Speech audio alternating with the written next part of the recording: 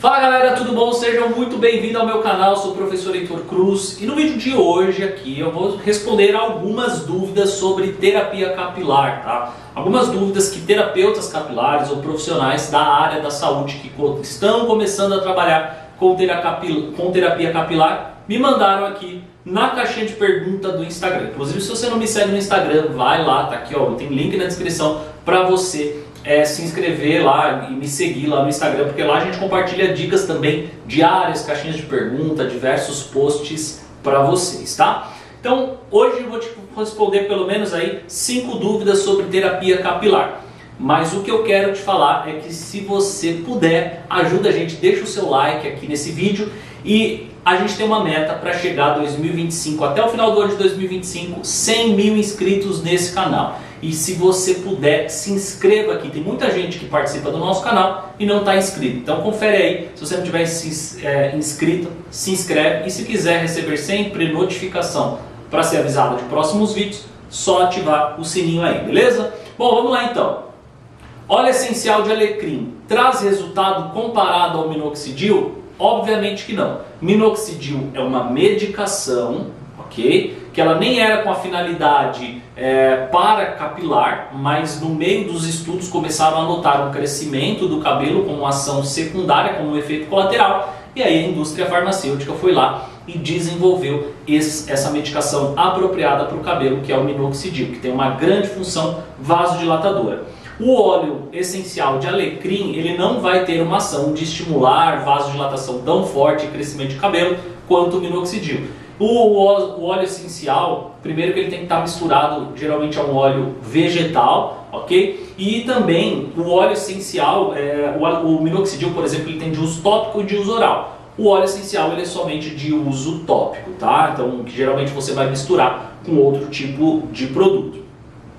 Uma pergunta aqui de outra seguidora. Comecei tratamento de calvície, mas o paciente parou. Estava conseguindo o resultado. Vai regredir? Bom, pessoal, tem que entender que determinados tipos de calvície, por exemplo, que a calvície ela só vem depois de uma alopecia, muitas vezes a alopecia ela é crônica, como por exemplo é a androgenética. E sim, se o seu paciente parar sem finalizar o tratamento, sem ter uma manutenção, a probabilidade é que esse tratamento, que esse caso clínico regrida e essa pessoa volte a ter muito mais calvície do que antes, tá? Então assim, é sempre importante conscientizar o seu paciente que ele já fez um tratamento ou que ele tem que finalizar o tratamento e depois passar por uma manutenção que vai fazer com que o resultado sempre esteja ali acontecendo, tá? Porque senão nada vale a pena, seu paciente vai jogar dinheiro fora, certo? Outra pergunta aqui da Bianca. Qual ativo não pode faltar em um tônico para eflúvio telógeno? Bom,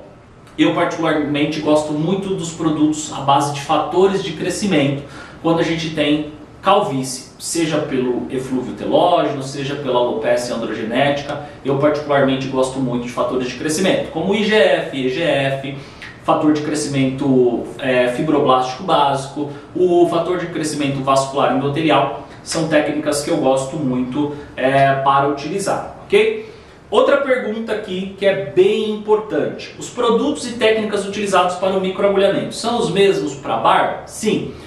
É muito importante você entender que fio é fio, tem folículo. Então assim, o mesmo produto que ele pode ser utilizado para microagulhamento capilar no couro cabeludo, ele pode ser utilizado para estímulo de crescimento em barba e também para estímulo de crescimento em sobrancelhas, tá? Então você pode fazer isso sem nenhum tipo de problema, tá? Então microagulhamento capilar, o mesmo produto pode ser para barba e também para a sobrancelha. E uma última pergunta aqui, qual a profundidade indicada e qual cartucho usar na terapia capilar? Quando a gente fala de microagulhamento, eu gosto muito de utilizar o cartucho ou de 12 ou de 36 agulhas, tá? E aí a sua pergunta aqui é sobre profundidade. Nos casos de microagulhamento capilar a gente não precisa trabalhar com uma grande profundidade. Então a gente pode atuar aí mais ou menos entre 0,5 a 1 milímetro de profundidade é uma boa indicação para você trabalhar com microagulhamento capilar. Mas lembrando que microagulhamento capilar é uma das técnicas que existem dentro do tratamento capilar, certo? Se você quiser conhecer mais técnicas capilares, se você quiser se tornar um terapeuta capilar, aprender técnica de microagulhamento, de vacuoterapia, de laser terapia, de argila, óleos essenciais, alta frequência, entender o que é uma dermatite, o que é uma calvície, uma alopecia androgenética, uma alopecia areata, um eflúvio telógeno, eu quero te dar uma oportunidade, que eu tenho uma formação completa para terapeutas capilares. Se você quiser ter uma nova profissão ou quiser se aprimorar no mundo da terapia capilar, eu tenho uma oportunidade exclusiva para você que quer se tornar um terapeuta capilar, fazer parte da nossa formação FTC, Formação em Terapia Capilar. Eu deixei um cupom de desconto aqui para vocês, o primeiro link na descrição. Você que se inscrever agora vai ganhar 3 bônus especiais. Uma aula de microagulhamento capilar, uma aula de microagulhamento em barba, uma aula de microagulhamento de sobrancelha, uma aula de microagulhamento em barba e uma aula de posicionamento profissional e precificação para terapeutas capilares. Se você quiser agora garantir a sua vaga, se tornar um terapeuta capilar, clique no primeiro link da descrição aqui e garanta a sua vaga agora e entre para o meu time, tá bom? Espero que vocês tenham gostado desse vídeo, que eu tenha ajudado vocês. Deixe o seu like, se inscreva nesse canal e a gente se vê até o próximo vídeo.